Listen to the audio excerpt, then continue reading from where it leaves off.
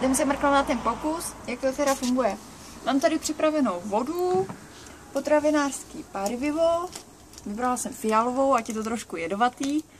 A pak tady mám olej, normálně klasický, a nějaké ty šumivé tabletky. Záleží na vás, jestli si koupíte C-čko, moťák, to je jedno, my máme C-čko. Takže já si obarvím vodu. Samozřejmě, že to nejde otevřít.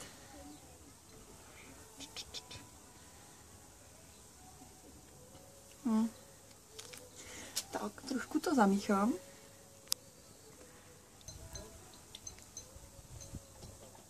Mělo by to být fialové, ale je to takové modré. Naleju olej. Doufám, že to nevyleju.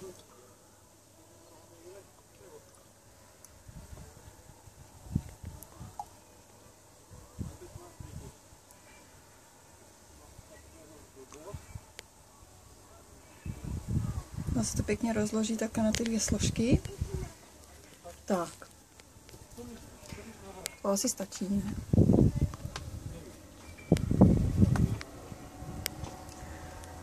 Tak. Vezmu si tabletku. Asi tam dám jenom půlku, ono to někdy stačí. Takže jdem na to.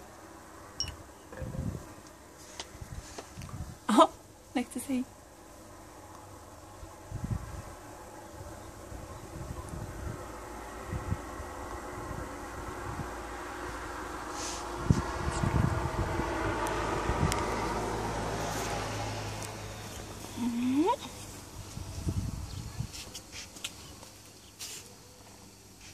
A lavová lampa je na světě.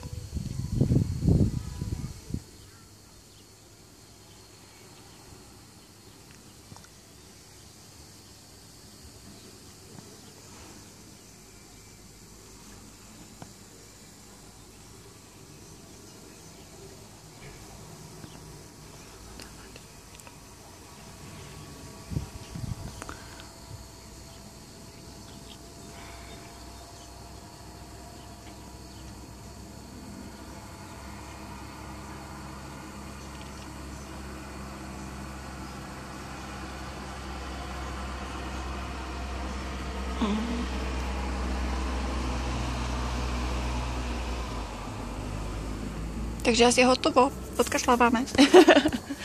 Tak se mějte. Ahoj.